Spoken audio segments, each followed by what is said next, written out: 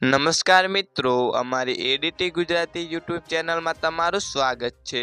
તો જી હા મિત્રો, આપણે જણાવી દઈએ કે રાજ્ય ચૂંટણી પંચે જાહેર કરી અનામત બેઠકો, પંચાયતની 8,207 બેઠકો। તો જી હા મિત્રો, મળતી માહિતી અનુસાર આપણે જણાવી દઈએ કે ગુજરાત રાજ્ય ચૂંટણી પંચે આખરે અનામત બેઠકોની યાદી જાહેર કરી છે।